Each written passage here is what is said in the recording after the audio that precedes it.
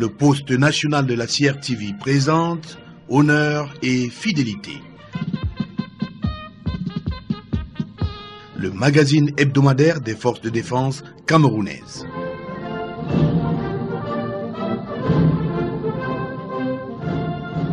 Bienvenue à l'écoute d'Honneur et fidélité, la vibration radiophonique du lien armée-nation. Mesdames et messieurs, le parcours auquel nous vous convions cet après-midi sera exclusivement consacré aux implications des déclarations issues de la visite intercamerounaise du président nigérian Muhammadu Buhari. Signor Warrant Officer, good afternoon. Bon après-midi, mon adjudant-chef. Good afternoon to the entire Republic and to our valiant comrades in arms, wherever they find themselves, be it at our eastern frontiers or at the war front in the north of the country. Wherever you are, the High Command sends you greetings and encouragements for the marvelous job you are doing to free this beloved country of ours from the grip of terrorism. Today, we shall talk about the graduation ceremony of some 36 officers from the Yaoundé Command and Staff College, which took place yesterday, and a field trip undertaken to the west region of the country and the Mongo Division by officers of the Command and Staff Diplomat Corps of the International Academy for Security Forces, E-Forces. And of course, we will continue sensitizing the public on how to counter the new form of guerrilla warfare the terrorist group Boko Haram has adopted recently.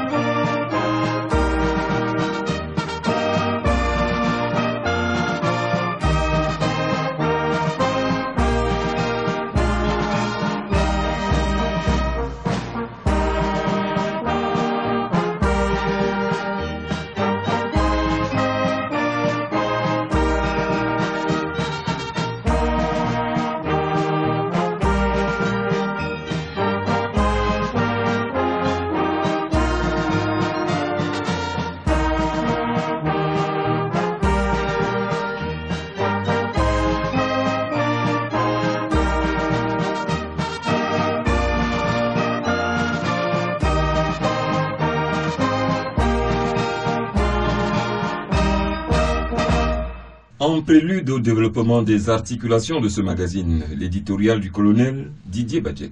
L'union sacrée contre l'ennemi du Cameroun, c'est le sentiment que l'on tire de l'actualité agitée de ces dernières semaines, une union transfrontalière qui s'est également traduite par la visite au Cameroun cette semaine de Muhammadu Buhari, président de la République fédérale du Nigeria. La lutte est désormais engagée tant au niveau national qu'au niveau régional. Le Cameroun et le Nigeria, leaders respectifs des deux sous-régions Afrique centrale et de l'Ouest, ont donné l'exemple d'un engagement ferme visant à en découdre avec un groupe terroriste dont les secousses sismiques s'étendent inexorablement sur toute l'étendue de la planète. En ce qui nous concerne, c'est-à-dire dans l'immédiateté du groupe terroriste de l'État islamique en Afrique de l'Ouest, les jours de ces chenapans sont désormais comptés. C'est vrai que leur soubresaut, se caractérisant par quelques actions lâches à forte valeur psychologique, sont là pour nous rappeler l'horreur et la cruauté barbare d'un groupe de bandits et de racketteurs, mais il ne faudrait pas, en tout état de cause, adhérer à cette philosophie manipulatrice et répandre comme une traînée de poussière, les échos de l'abjection à travers nos smartphones et autres vecteurs de techniques de l'information et de la communication, initialement destinés pourtant à des missions nobles, mais travestis aujourd'hui et dans bien des cas à répandre le mal, l'intolérance et le chaos. Ainsi, la posture de vigilance invitée désormais dans nos mœurs, certes exige de nous de redoubler de précautions et de déceler tout acte insolite ou suspect, mais cette posture de vigilance, disions-nous, exige tout aussi de nous de ne pas être des agents même inconscients de ce groupe par toute action qui lui serait apologétique. La posture de vigilance exigerait aussi de ne pas piétiner les frontières de l'action régalienne de l'État, car c'est à lui qu'incombe l'encadrement et la sécurisation des populations. Cette prééminence de l'action de l'État ne peut être que contributrice d'une meilleure coordination, d'une utilisation rationnelle des contributions des populations dans le cadre du concept de défense populaire et surtout une prévention de tares telles que l'amalgame, l'instrumentalisation et la stigmatisation récurrentes dans ce genre de situation. Pour ne pas frustrer le zèle des Camerounais qui aiment leur pays et qui affichent leur détermination à lutter derrière leur chef de l'État, et aux côtés des forces de défense et de sécurité, il faudrait aussi bien comprendre que l'on peut également pécher par excès et produire un effet escompté contraire. C'est pour cela que nous devons être disciplinés, suivre les pôles d'information officiels et surtout ne pas distiller, par un accès facile au vecteur de la communication, des informations erronées ou plus graves, des informations de nature à décrédibiliser l'action de l'État. Soyons donc responsables. Aidons-nous dans cette bataille qui nous honore et affirme notre patriotisme. D'ailleurs, un peuple uni est invincible.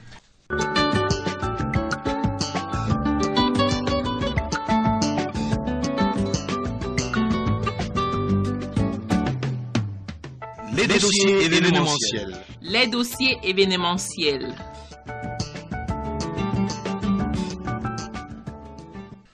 Amis auditeurs, votre engagement nous honore. Nous ouvrons cet événementiel par une actualité tout à fait académique avec la fin de stage du diplôme d'état-major. C'était hier la clôture de ce stage à l'école d'état-major. La cérémonie solennelle était présidée par le secrétaire d'État auprès du ministre de la Défense chargé de la Gendarmerie nationale, Jean-Baptiste Bokam. The Yaoundé Command and Staff College on Friday, July 31, 2015, graduated its 22nd batch made up of 36 trainees drawn from 3 African countries. The graduation ceremony was presided over by the Secretary of State to the Minister Delegate at the Presidency in charge of the National Gendarmerie, Jean-Baptiste Bokam, at the Lecture Hall of the Command and Staff College in Yaoundé. Sergeant Enombe Asek attended the ceremony. His report. It was in an atmosphere of serenity and military style that the Command and Staff College bid farewell to its 22nd batch made up of 36 officers with 30 drawn from Cameroon, 3 from Benin, and 3 others from Congo-Brazzaville. Amongst the 36 were 2 female officers from Cameroon. The ceremony kicked off with a word of welcome from Lieutenant Colonel Abanda Bernard, commander of the Command and Staff College, who said it is the first time that the institution benefited from 80% of training staff, that is, 2 chief of divisions, 1 technical advisor from the French Military Corporation, 2 instructors in charge of studies, as well as 2 deputy instructors in charge of studies. After the commander of the Command and Staff College came the turn of the Director of Studies, Lieutenant Commander Jodza Guy, who gave a brief rundown of the activities carried out by the trainees during their 5-month stay in the institution. The trainees, amongst others, carried out tactical exercises, operational information gathering techniques, logistics, topography, and a field trip to France, where they had the opportunity to blend the African and European realities as far as techniques to tackle asymmetrical threats are concerned. Captain Elogwede Mwabe Peter brings out the particularity of their training. I must say that this is a wonderful training that we've undertaken for the past 5 months. This staff course has permitted us to acquire the necessary skills that can permit us to exercise any function in a national or a multinational brigade. And as far as the prevailing situation in Cameroon is concerned, I think we are well equipped at the end of this course, to assist those who are taking the decision, because the decision belongs to the hierarchy, and so we can assist them in order for them to attain their objectives as far as the fight against asymmetry is concerned. The 22nd batch almost scored 100% except for 1 who refused to join the success wagon. Amongst the 36 were 4 foreigners who came without the junior staff diploma, so were instead given the junior staff diploma instead of the senior staff diploma, while hoping that when next they enroll, they will be upgraded with the senior command and staff diploma. Restons dans le cadre de l'instruction pour signaler cette mission d'études effectuée par les stagiaires du 5e diplôme d'état-major des forces de sécurité dans la dorsale ouest du pays. Pour nous en parler, nous avons dans ce studio le capitaine Boris Fomin. Capitaine, bon après-midi. Bonjour, mon adjudant-chef. Cette mission d'études à travers l'ouest du pays, comment s'est-elle passée? Il faut dire, mon adjudant-chef, cette mission d'études effectuée du 20 au 26 juillet 2015 dans la région administrative de l'Ouest et le département du Mungo était conduite par le colonel Ngolo Ela Thomas, directeur des études qui représentait le docteur Cécile Oyono, directeur général adjoint de l'EUFORCE, empêché. La dite mission avait pour but de permettre aux stagiaires de faire le lien entre les enseignements théoriques et l'implémentation de la sécurité sur le terrain par les diverses administrations et autres acteurs impliqués. Il convient de relever que le voyage d'études du 5e diplôme d'état-major des forces de sécurité s'est accompli dans un contexte particulier marqué par les premiers attentats suicides dans l'extrême nord du Cameroun. Nous saisissons l'opportunité que nous offre la présente tribune pour adresser à toutes les familles victimes les sincères condoléances de Madame le directeur général adjoint de l'EUFORCE, aux familles des disparus, de même que ses souhaits de prompt rétablissement à l'endroit des blessés. Oui, maintenant, on revient sur la mission.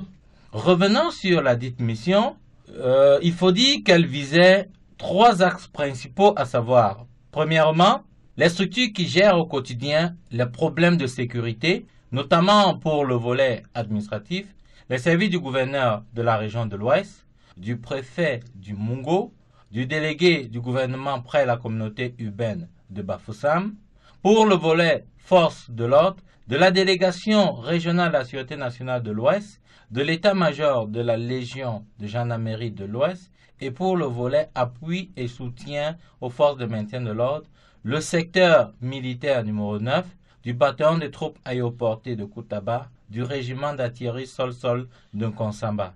Ici, les stagiaires ont été édifiés sur le rôle respectif des uns et des autres dans le renforcement de la sécurité.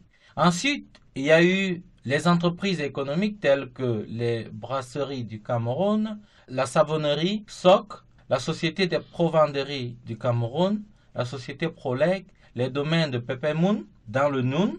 À ce niveau, les stagiaires ont pu apprécier l'importance de l'économie dans le maintien de la sécurité au Cameroun. Enfin, les stagiaires de l'EUFORCE ont rendu visite aux chefferies traditionnelles de Bafoussam, de Banjoun et au Sultanat Bamon.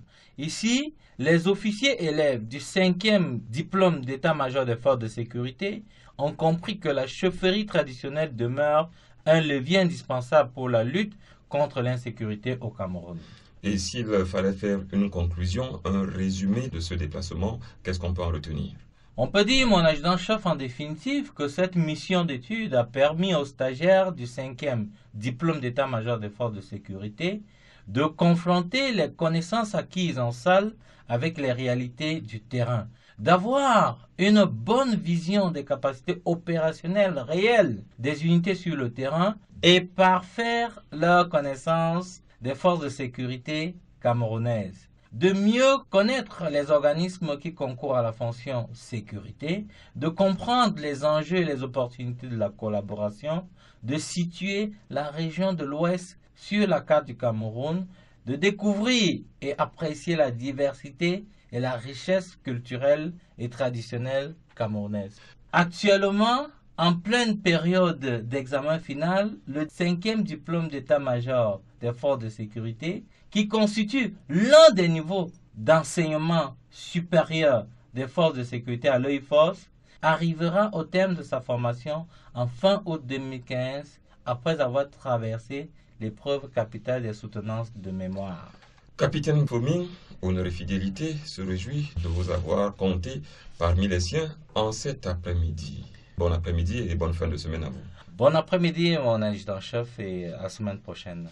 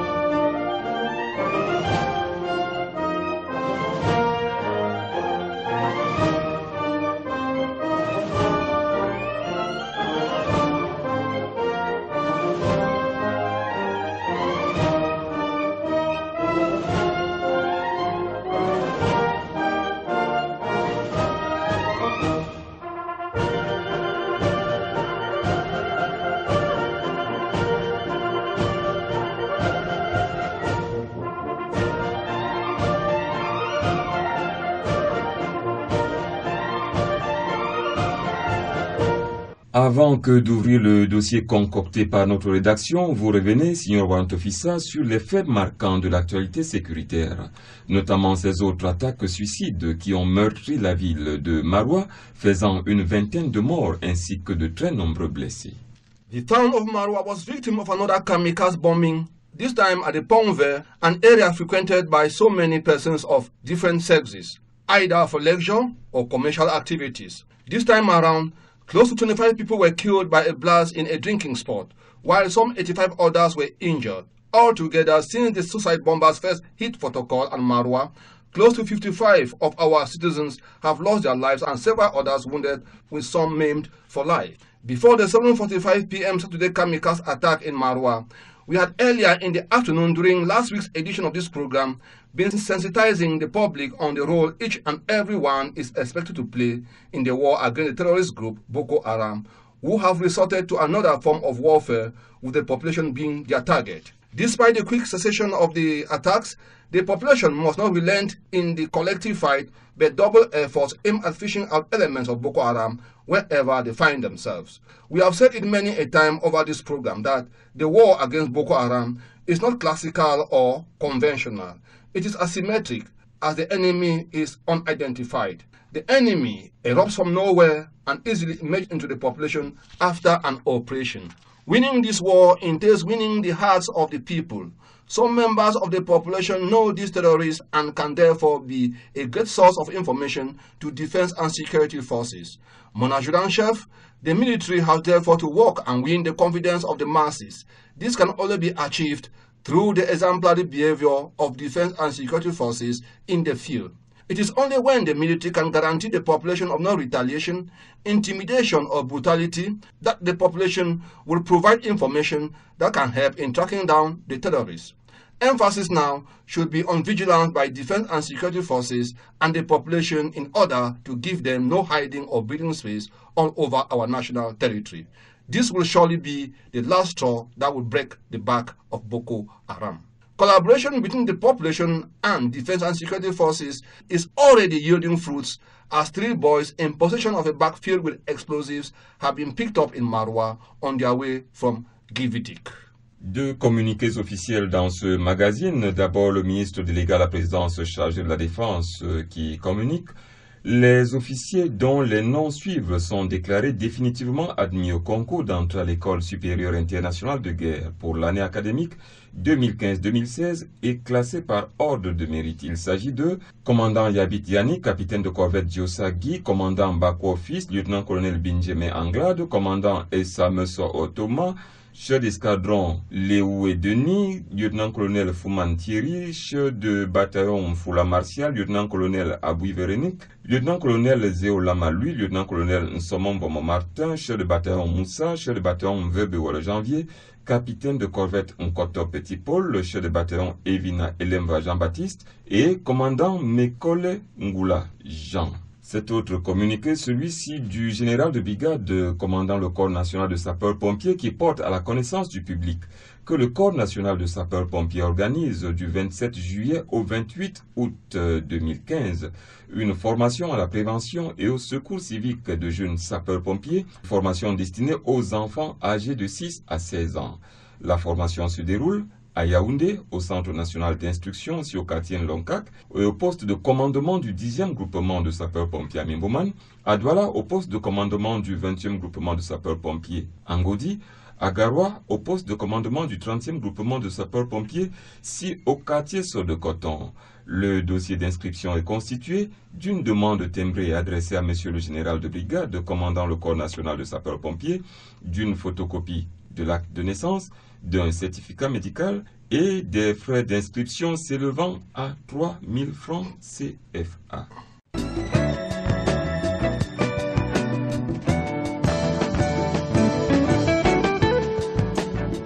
Le dossier de la rédaction. Le dossier de la rédaction.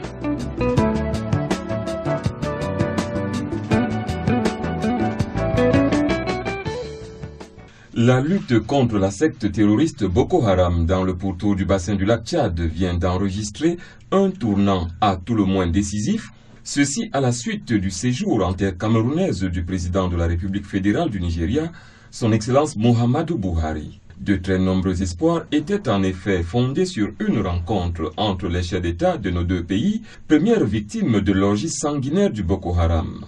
Au final, et à s'en tenir aux déclarations des présidents Biya et Buhari, les attentes ont été comblées et le tandem Cameroun-Nigeria se présente désormais comme le moteur de la chasse au terrorisme dans la sous-région. Dans les minutes qui suivent, nous allons nous appliquer à cerner les implications des engagements pris par nos deux hommes d'État. Premier extrait, le président de la République du Cameroun, Paul Biya. Monsieur le Président, au moment où nous vous accueillons, un nuage sombre plane au-dessus de nos pays. Un même danger nous menace et risque d'ébranler les fondements de nos nations. Ce danger a pour nom Boko Haram. Ces exactions et ces crimes compromettent la paix sociale autour du lac Tchad et particulièrement dans nos deux pays. Les morts et autres victimes se multiplient. Les activités économiques se crispent dans les zones perturbées. Le nombre de réfugiés et de déplacés ne cesse de s'accroître. Nous ne pouvons pas laisser cette gangrène prospérer. Colonel Didier Badiek, vous revoici, nous revoici. En parlant d'un nuage sombre qui plane sur le Nigeria et le Cameroun, le président de la République évoque notre destin commun tout en faisant une allégorie sur la fin des temps si rien n'était mis en œuvre pour inverser la dangereuse tendance. Moi je pense que c'est une métaphore appropriée. Nous pensons que l'heure est au constat objectif de la situation. À ce niveau de responsabilité, il ne s'agit pas de faire comme s'il n'y avait pas de problème et de se réfugier dans des tournures diplomatiquement correctes, comme on le dit souvent. Dans la déclaration finale, nous avons bien pris note que les deux chefs d'État condamnaient ensemble les atrocités perpétrées par le Boko Haram, présentant par la même occasion leurs condoléances à l'égard des victimes civiles et militaires. Envisager donc de parler de cette situation sans évoquer son caractère grave participerait d'une insensibilité inappropriée de la part du chef de l'État qui, de par sa nature et ses responsabilités, devrait exprimer plutôt une vérité qui participe de l'objectivité. C'est aussi l'occasion d'annoncer que nos destins sont liés dans la mesure où le Cameroun ne pourra vivre en paix si le Nigeria est en guerre et vice-versa. La tendance actuelle ne peut que contribuer à l'assombrissement des enjeux économiques et des perspectives qui les accompagnent, au prix desquels nos égoïsmes doivent faire place à la cause communautaire. Nous ne nous attarderons pas outre mesure sur les monstruosités de Boko Haram que vient d'évoquer le président de la République, mais lorsqu'il dit, et là je cite, « Nous ne pouvons pas laisser cette gangrène prospérer », fin de citation, comment comprendre ce ton péremptoire en ces circonstances éminemment diplomatiques? Eh bien, comme nous l'avons dit tout de suite, l'heure n'est pas à une diplomatie feutrée de bonne manière, mais à l'action. Ce qui n'empêche pas que notre hôte n'ait pas eu droit à tous les égards dû à son rang. L'heure est à l'expression opérationnelle, comme on le dit. Il faut appeler le chat chat. Les termes sont à leur place avec cette métaphore étudiée, juste. Et vous savez, le groupe intégriste Boko Haram, qui vient de faire allégeance à l'État islamique, est comparé ici, et à son juste titre, à une gangrène. Vous devez savoir quels sont les dégâts causés par cette pathologie qui peut entraîner une imputation du membre qu'elle affecte, si l'on ne prend pas contre elle des mesures curatives fortes et appropriées. L'ensemble des Camerounais ne devrait-il pas se sentir concernés par ce message à la première personne du pluriel, ce nous, étant entendu qu'un délitement du tissu social ferait les affaires de l'ennemi? C'est l'évidence même, mon adjudant-chef, c'est un combat de tous les instants, mené par tous, les mototaxis, les vendeurs au marché, les fonctionnaires, les bailleurs, ainsi de suite. Nous devons apprendre à vivre différemment, sans paranoïa non plus. Cette union qu'appelle le chef de l'État participe du renouvellement de la défense populaire, bâtie sur notre solidarité et sur l'union nationale.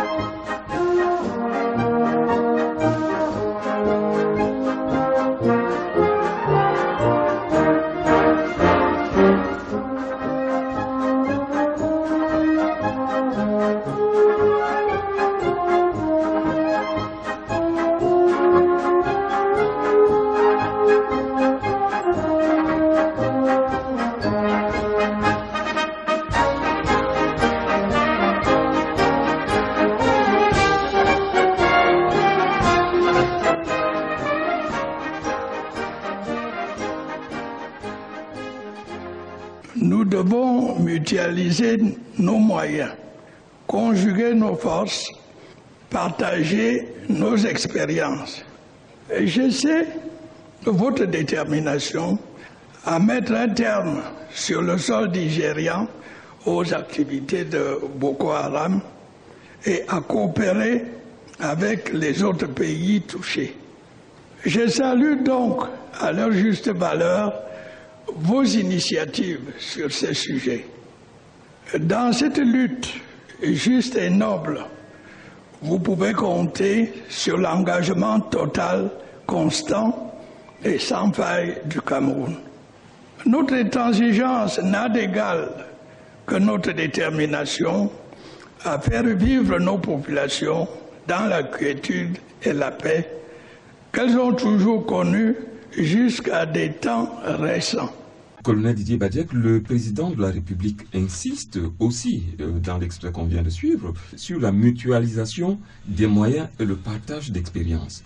Cet appel ne va-t-il pas au-delà des seuls pays de la Commission du bassin du lac Tchad, qui, à la vérité, n'ont pas une pratique ancienne de la lutte antiterroriste? C'est un phénomène nouveau dans notre région. Ne serait-ce pas un appel à d'autres États du continent, beaucoup plus rompus à la guerre asymétrique? Je pense à l'Algérie, au Maroc, à la Mauritanie, au Kenya, à l'Égypte, et même au Mali, pour ne citer que ces pays-là.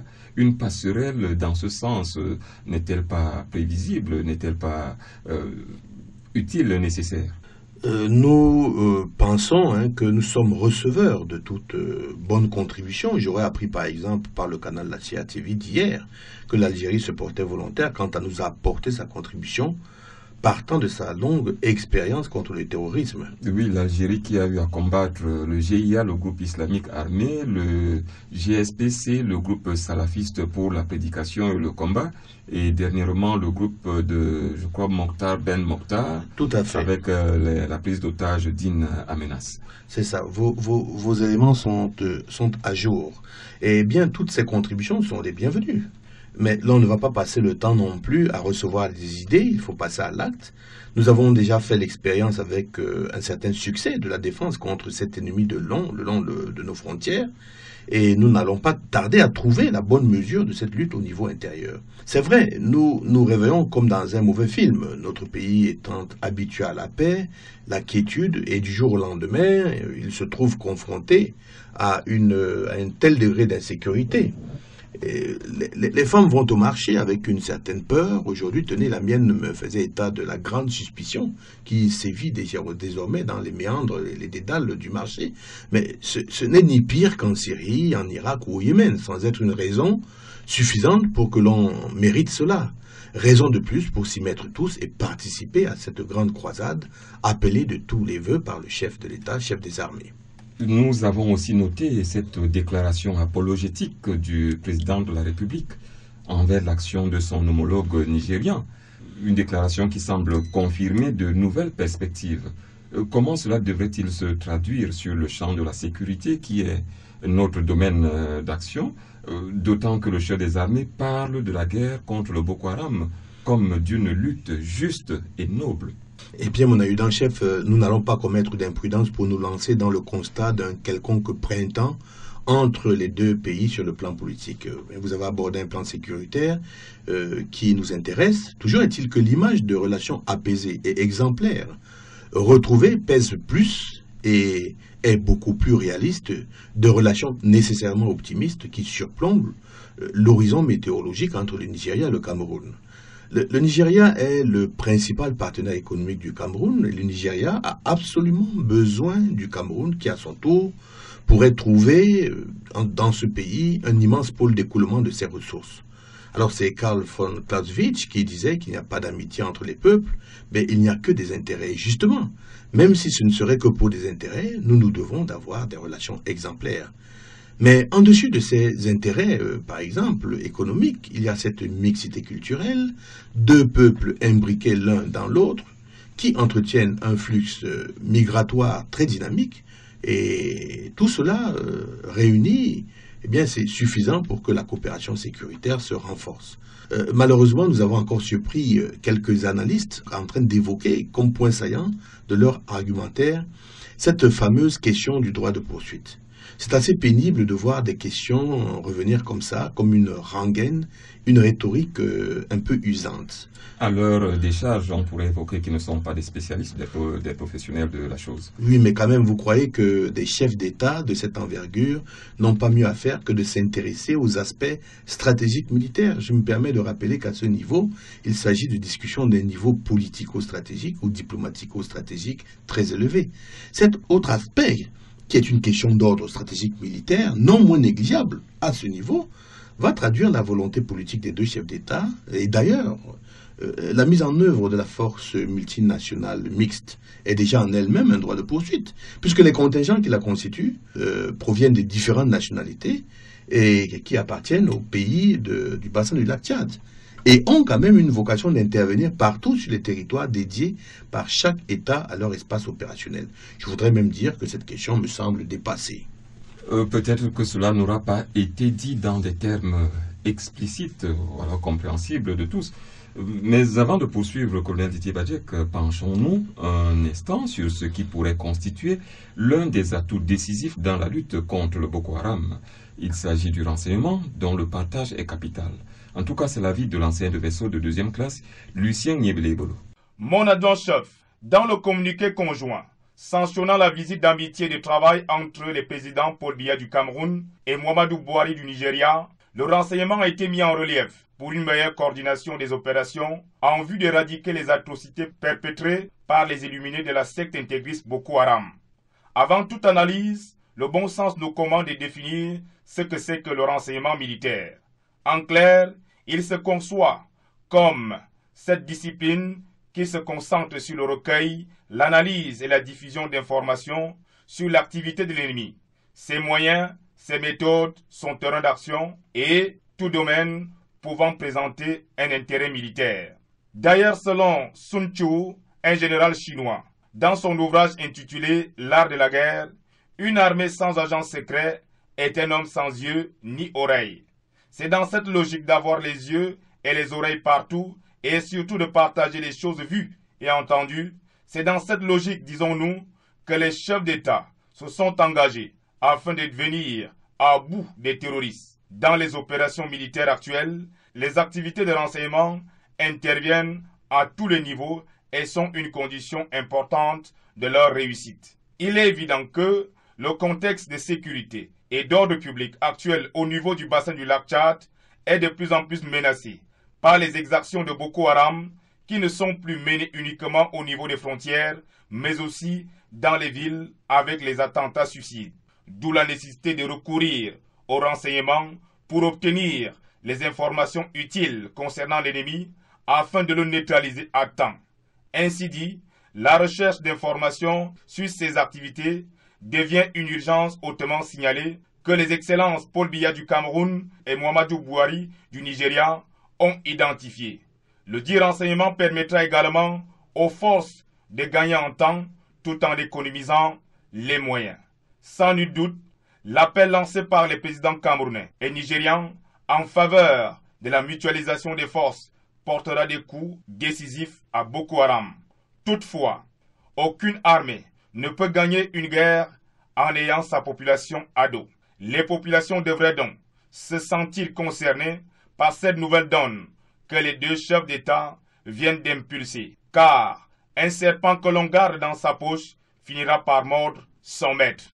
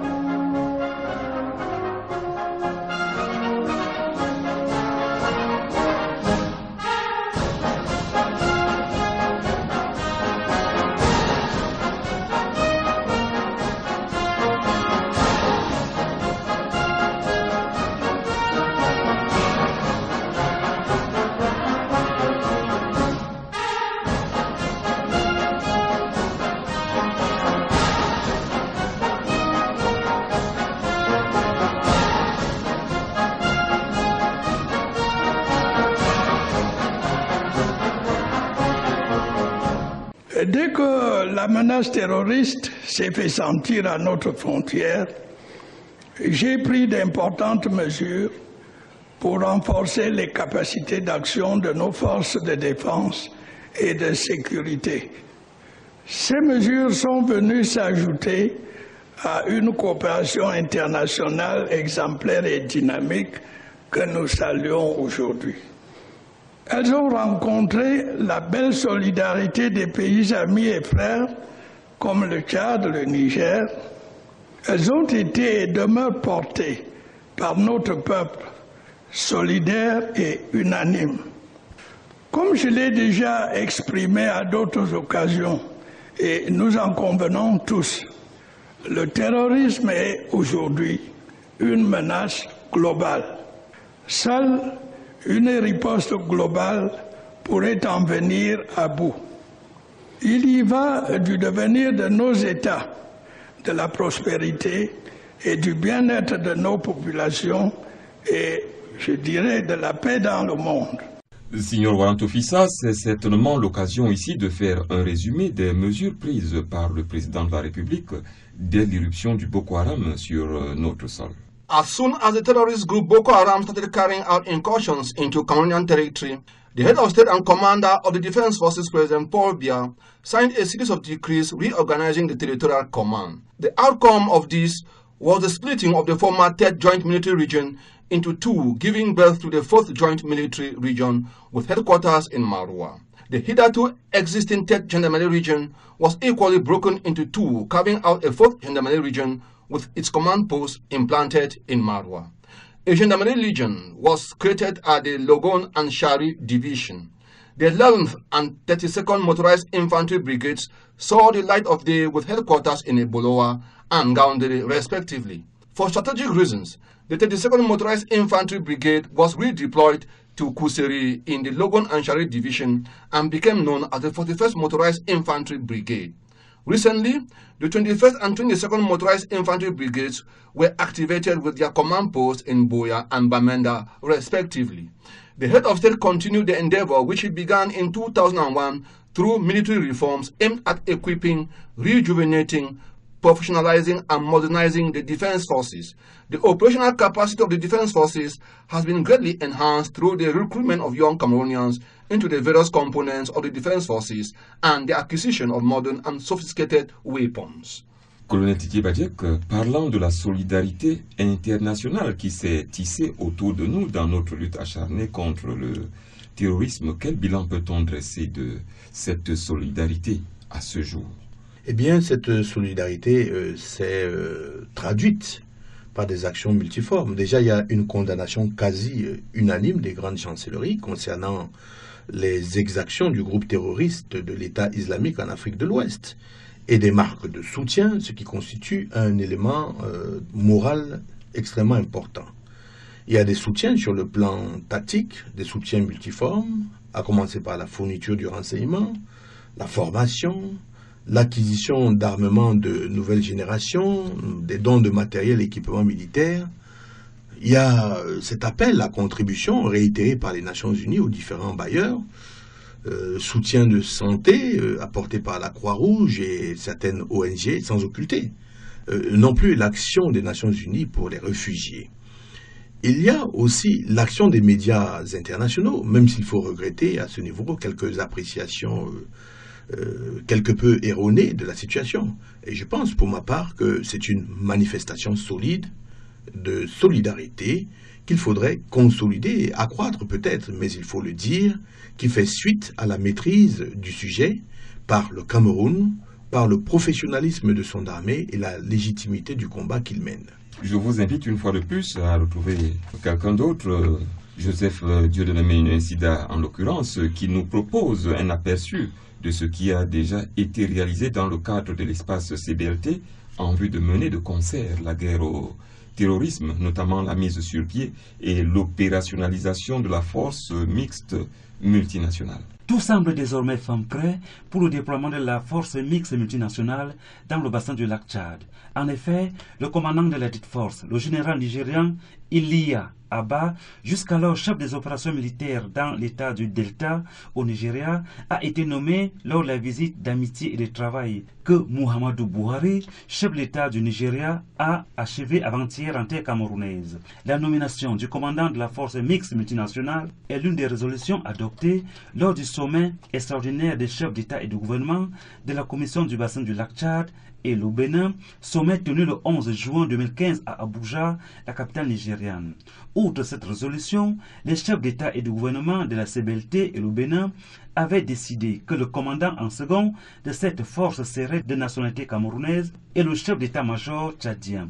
Ces deux derniers postes seront attribués de façon rotative tous les 12 mois. Les chefs d'État et de gouvernement de la CBLT et du Bénin ont par ailleurs approuvé le déploiement immédiat de l'état-major de la force mixte multinationale en N'Djamena, en pourvoyant à ses ressources humaines, logistiques et financières. Ils ont aussi donné leur accord pour le déploiement des contingents nationaux de la force sous le commandement opérationnel du commandant de la force mixte multinationale appuyé par ses états-majors conjoints avant le 30 juillet 2015, ce qui semble d'ailleurs avoir été fait. On comprend dès lors pourquoi le président Paul Biya et son homologue nigérian Muhammadu Buhari ont, dans le communiqué conjoint sanctionnant la visite suscitée, salué les engagements pris lors du sommet extraordinaire de la CBLT du 11 juin dernier et renouvelé leur soutien à la force mixte multinationale dont la principale, sinon l'unique mission est de mettre un terme au vibrion terroriste Boko Haram. En saluant les engagements pris par tous les pays qui sont la cible de ce groupe armé, les présidents camerounais et nigérians démontrent que la mutualisation des forces et des énergies est le seul moyen de vaincre cette secte terroriste. Dans tous les cas, il est fort à parier que la nomination du commandant de la force mixte multinationale déclenche de manière assez rapide la phase des opérations sécuritaires dans le bassin du lac Tchad. Hier, 31 juillet 2015, la force multinationale mixte devrait être déjà rentrée dans sa phase opérationnelle. Où en sommes-nous 24 heures plus tard? Les contingents sont-ils déjà positionnés? L'état-major est-il déjà constitué, colonel Djibadjek? Justement, ce délai ne constituait pas le délai de projection des unités sur le terrain, mais des délais de mise en place de tout l'état-major de la force. Chaque pays devra avoir pris ce temps aussi. Il doit avoir mis ce temps à contribution pour le conditionnement de leurs unités afin de les mettre dans un avenir très proche à la disposition de la force. N'oublions pas aussi qu'il s'agit non seulement de composantes militaires, mais également de composantes de police qui vont permettre de respecter les règles d'engagement qui, souvenons-nous, furent la condition sine qua non à une implication de la communauté internationale pour la cause. Et à cet effet, on peut dire que les délais sont respectés à quelques aspects près. Et il faut également affirmer ici que c'est une première en Afrique, s'agissant d'une telle mutualisation qui met à contribution les propres ressources des pays africains et émanant de leurs propres initiatives.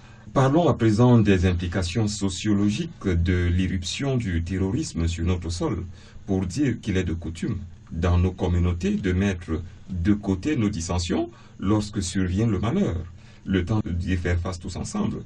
N'est-ce pas ici l'occasion d'opposer cette solidarité au Boko Haram, Signor Wantofisa? Every member of the society belongs to a family, and one's behavior in society reflects the family he comes from or belongs to.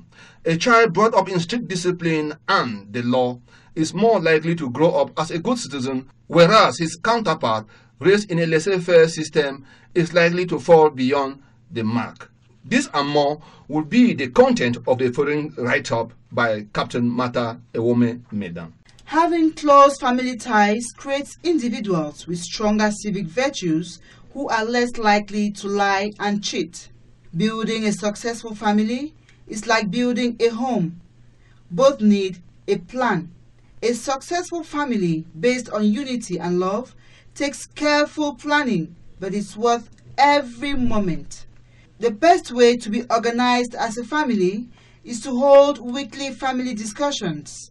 By doing this, families enjoy a special closeness and stability. Choosing to spend time with your family sends a message more powerful than words. Memories made together during this time will bond and sustain your family through the years. Don't be discouraged If your discussions aren't perfect, no family discussions are.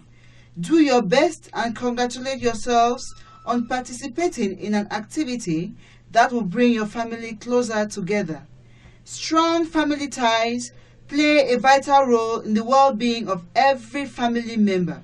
It must not be overlooked, and I hope emphasizing it on this write-up will remind all of us on taking our part on creating a better unit of the society, the family. Family ties are measured by attitudes regarding how important family is in life, as well as people's behavior measured by physically living with one's parents. Throughout history, family has always been very important to people in many different aspects. The significance of family shines through even when struggles surface. When faced with a difficulty, such as disease or death, many turn towards a familiar relationship to ease the tension. Many obstacles may arise, but it can be overcome with the help of family. No matter who you consider your family to be, you are always going to have someone to lean on when times get tough. Working through a difficult time can only be made easier with the help of family. But when losing a family member is part of the difficult time you are experiencing, you must draw strength from other friends or family members around you. Proven through their own writings, many authors agree family is the most important thing you can have in the world. Family is a strength that can overcome any difficult obstacle. Through thick and thin, family almost always provides the courage to challenge anything with hopes of a positive outcome. Il en va donc des liens dans la communauté comme des liens du clan familial. Plus ils sont étroits dans la cellule familiale, plus la solidarité est forte au niveau communautaire.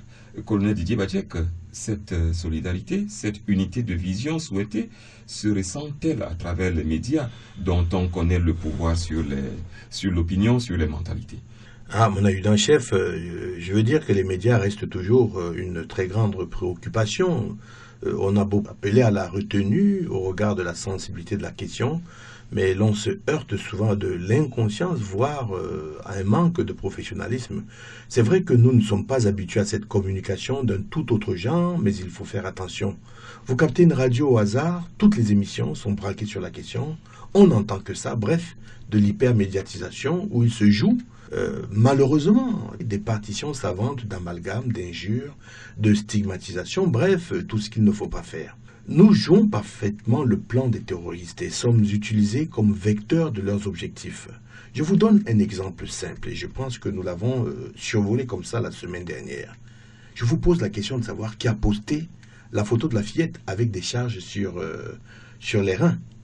Aucun service de sécurité ne l'a fait. Donc c'est une photo qui a été postée par un membre de la secte et qui l'a fait à dessein. Les photos qui circulent aujourd'hui partout ont été prises par quelqu'un qui a quand même manifesté un sacré sang-froid, sélectionné également à dessein, publié à dessein et transporté à grande échelle aujourd'hui pour créer le chaos. Donc ces terroristes se servent de nous, de nos médias pour propager leur idéologie morbide. Et c'est cela le Web 3.0. Malheureusement. Nous sommes rentrés pieds joints dans le plan de communication du groupe terroriste Boko Haram et nous continuons de le faire. Quel est l'objectif visé de ces attentats? Sinon, ceux de déstabiliser le Cameroun en faisant croire qu'il y a un problème politique, consolider des amalgames entre la perception de l'islam et de l'intégrisme, stigmatiser une certaine population en épinglant intelligemment l'origine de certains vecteurs humains. Non, ce n'est pas bien, mon adjudant-chef. Ce n'est pas ce qu'on attend des médias dont certains abritent de plus en plus des débats haineux et sectaires. C'est un message, au contraire, de prévention, de pédagogie et de mise en relief de nos actions. Tenez, nous avons mis la main sur un jeune homme de 15 ans, avant-hier, en possession d'un arsenal d'explosifs, dans une synergie exemplaire entre un chauffeur de mototaxi qui était et des forces de maintien de l'ordre. Un exemple de défense populaire, un exemple de coopération, parce que ce mototaximène s'est abstenu de jouer le rôle du commissaire de police ou du gendarme. Et résultat des courses, un attentat est déjoué, mais je n'ai pas vu la même ferveur, la même focalisation de cet événement, alors que si c'était l'apocalypse sur Terre, nous aurions été arrosés des unes aux imaginations les plus lugubres. Qui sert-on au juste? La cause nationale ou le chaos? C'est une question à poser aux rédactions. Il faut faire donc attention, savoir où doit s'arrêter l'information, qui devrait absolument freiner juste à la limite du reportage apologétique. Sur ce, colonel Didier Badjek, nous prenons congé en nous donnant rendez-vous la semaine prochaine. Je vous donne rendez-vous la semaine prochaine en vous intimant le conseil de regarder devant, de regarder derrière, à gauche, à droite, sans suspicion et sans paranoïa. D'être prudent, vigilant, d'ouvrir le bon œil, de tendre la bonne oreille. Conseil bien reçu.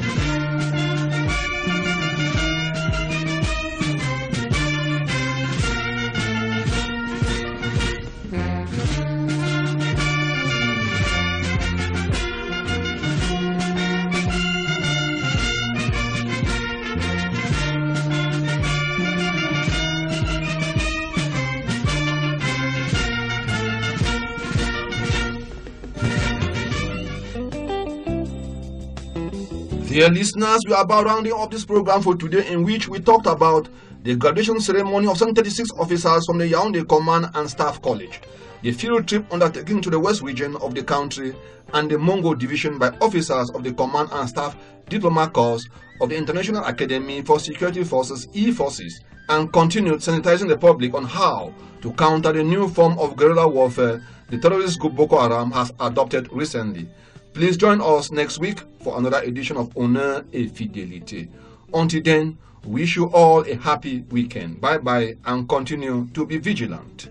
La guerre contre la secte terroriste Boko Haram ne sera plus comme avant. Le Cameroun et le Nigeria en ont pris le solennel engagement. C'était au cours de la visite que vient d'effectuer le président nigérian Muhammadu Buhari en terre camerounaise.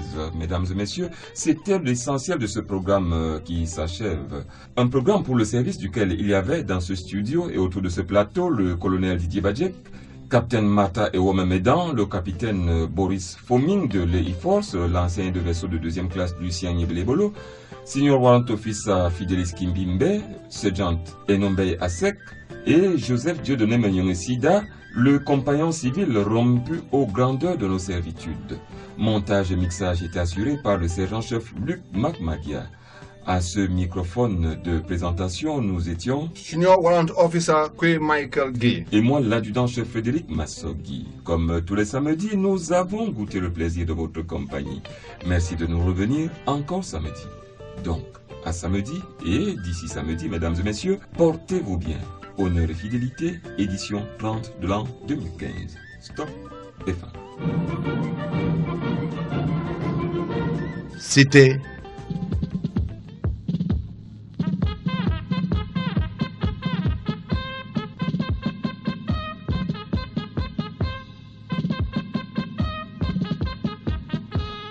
Honneur et Fidélité, une émission hebdomadaire des forces de défense camerounaises.